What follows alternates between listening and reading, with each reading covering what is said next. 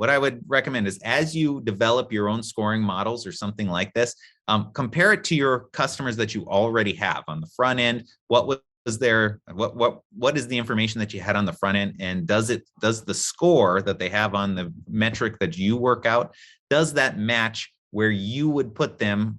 Kind of your gut feeling, whether they're low, medium, or high. Now, again, you don't have to use low, medium, high. You can carve this up however you want. Just keep in mind that there's multiple ways to approach this. Don't feel locked into something that you've seen elsewhere. This is just an example. If you flip to page 14, you can see that there's the entity relationship risk rating. This would be a separate questionnaire that you could ask customers on the front end if they're an entity or a business.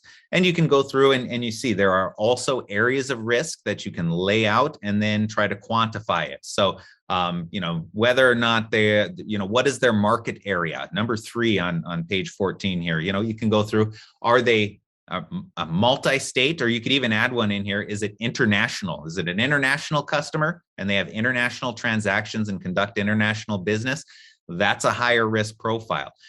Maybe they're multi-state. That would be, slightly less risk, but still higher risk than just a local shop that's only operating in your local municipality. So you can see, you can start carving up this risk into different categories, and that can be the way that you start breaking down your customer risk profiles and your categories of customers.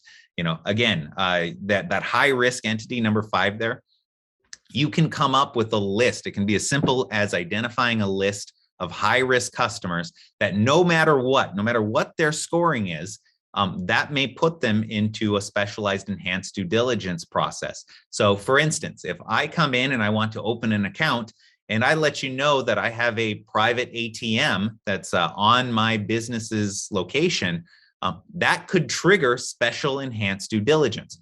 You may not even use the rest of the sheet at that. You may have specialized questions that you go through and ask after that. Maybe you ask a question, are you involved in the cannabis industry? And if they are, and they say yes, that could trigger additional enhanced due diligence questions that you go through and follow up with them on. So again, don't feel like you're locked into anything.